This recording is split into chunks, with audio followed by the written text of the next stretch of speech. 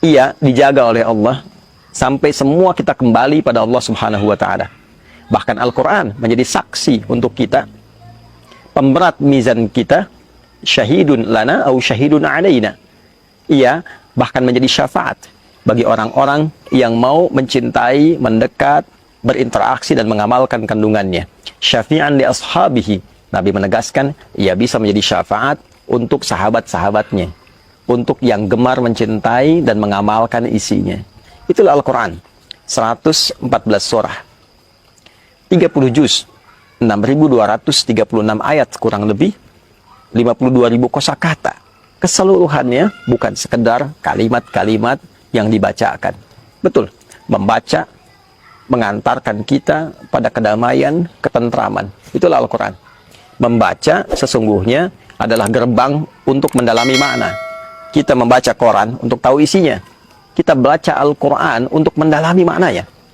Dan seluruh makna Al-Quran, dari Al-Fatihah sampai dengan An-Nas, adalah kurikulum kehidupan. Sekali lagi, tidak hanya berlaku di era Nabi, tapi era setelahnya sampai kita kembali kepada Allah. Itulah sebabnya kemajuan Islam itu dicapai ketika umatnya mampu dekat, memahami, dan mau mengamalkan isi Al-Quran. Silahkan kita bisa cek bagaimana Islam bisa berkembang sampai dengan ke Afrika, sampai dengan ke Eropa di Andalusia, bahkan sampai dengan ke Nusantara, datang tanpa ada peperangan, dengan penuh kedamaian, dan memberikan satu perubahan pada kehidupan masyarakat di tatanan Nusantara. Semua berkeadilan sosial. Yang tadinya didapati ada kasta-kasta, tingkatan-tingkatan dalam berkehidupan. Masyarakat sungkan untuk bergaul satu dengan yang lainnya karena ada sekat dan batas-batas. Islam datang memberikan sifat berkeadilan sosial untuk semua. Islam datang mengajarkan cara berketuhanan yang Maha Esa yang benar. Islam datang memanusiakan manusia sehingga konsepnya datang dengan keadilan dan penuh dengan keadaban. Islam datang menyatukan sehingga persatuan itu dirasakan begitu baik. Islam datang dengan suasana kerakyatan yang begitu baik, yang dipimpin oleh hikmah kepada yang melahirkan kebijaksanaan sehingga terjadi keadilan sosial setiap bagi seluruh masyarakat dan mewakilkan yang dapat menikmatinya. Itulah fungsi Al-Quran. Itulah Al-Quran. Ramadan, khususnya saat kita masuk ke tanggal 17, sebagian ulama memberikan penjelas bahwa ini diantara momentum awal diturunkannya Al-Quran dari Lauh Mahfud ke langit dunia. Dari langit dunia baru ditebarkan kepada perjalanan masyarakat Islam di era Nabi SAW melalui Nabi Agung yang sangat mulia itu.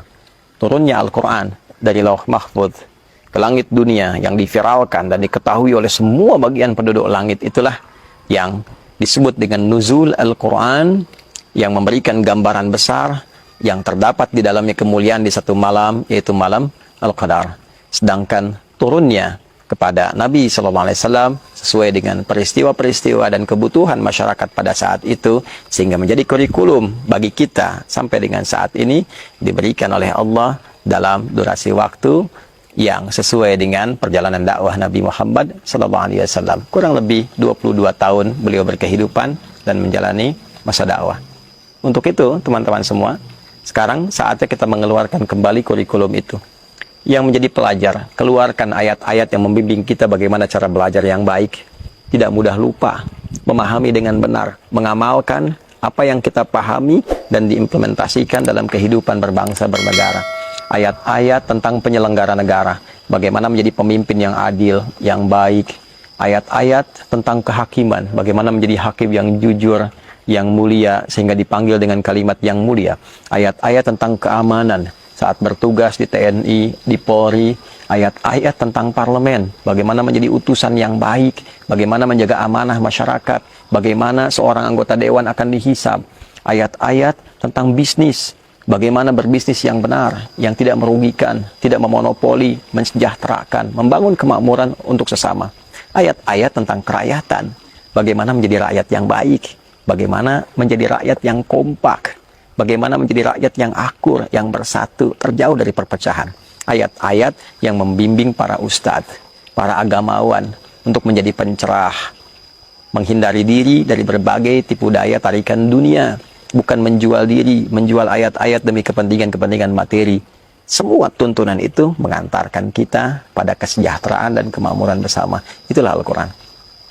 Saatnya untuk merenung kembali, saatnya untuk berinteraksi dengan serius dan mengamalkan isinya. Setidaknya kita bisa amalkan di tempat yang kita cintai ini, di negara yang kita pijak, negara Kesatuan Republik Indonesia. Semoga Allah memberikan hidayah kepada kita.